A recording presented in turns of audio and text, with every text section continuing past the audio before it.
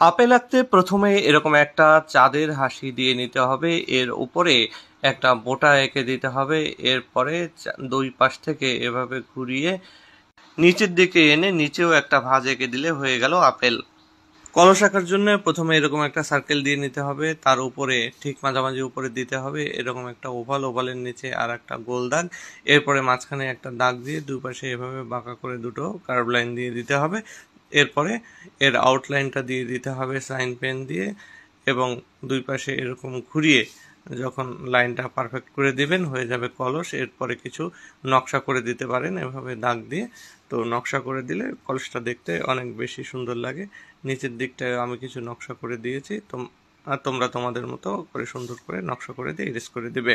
সহজে বেগুন আঁকার জন্য প্রথমে এরকম একটা এম লিখে দেবে, এম এর উপরে কার্ভ করে একটা লাইন দিয়ে নিয়ে আসতে হবে, ঠিক এভাবে ঘুরিয়ে কার্ভ করে লাইন দিয়ে নিয়ে আসার পরে কার্ভ লাইনের উপরে আবার বেগুনের এরকম একটা লম্বা স্টিক দিয়ে দিতে হবে যেটা ওটার সঙ্গে থাকবে। এরপরে এর নিচে এভাবে লাইন টেনে নিয়ে আসতে হবে নিচের দিকে এবং ঘুরিয়ে নিচে সংযুক্ত করে দিলে হয়ে গেল বেগুন। টমেটো আঁকার জন্য প্রথমে একটা বোঁটা, তার এপাশে পাতার মতো করে বোঁটার বৃত্তি এঁকে দিতে হবে। এরপরে দুই পাশ থেকে এভাবে ঘুরিয়ে কার্ভ লাইন করে মিলিয়ে দিলেই টমেটো হয়ে গেল।